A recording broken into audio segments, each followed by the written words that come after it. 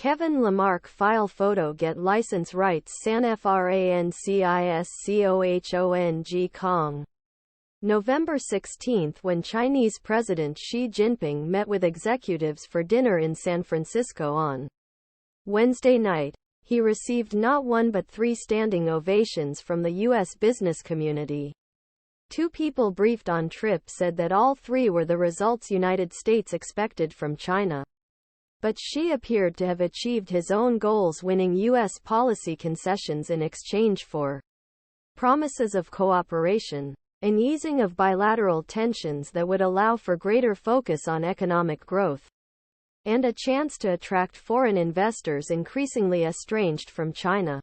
We invite our friends from business community around the world to invest in China and deepen your footprint, he said in a speech at APEC CEO Summit, pledging action on a list of items that plague foreign investors. From intellectual property theft to data security, China's economy is slowing and reported a first-quarter deficit in foreign direct investment earlier this month. The ruling Communist Party has also struggled with political intrigue, including the sudden and unexplained dismissals of the foreign minister and defense minister, raising questions about Xi's decision-making process.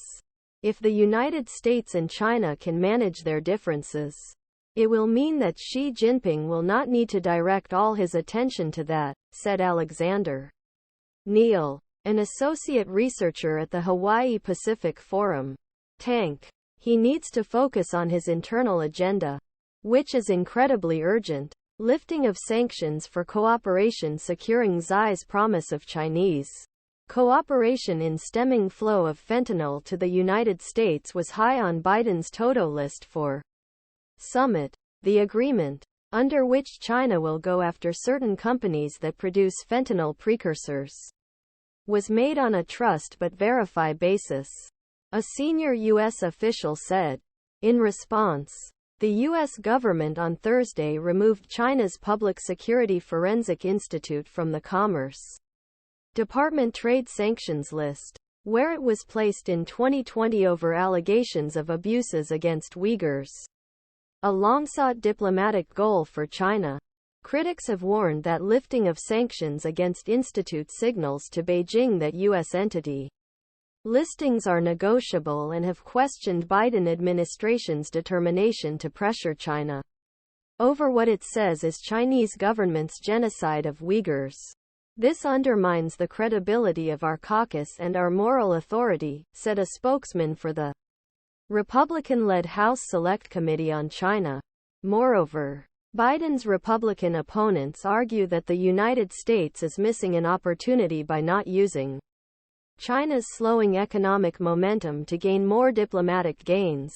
Biden also described as a success an agreement to restart military dialogues, which were broken off by China after the N.U.S.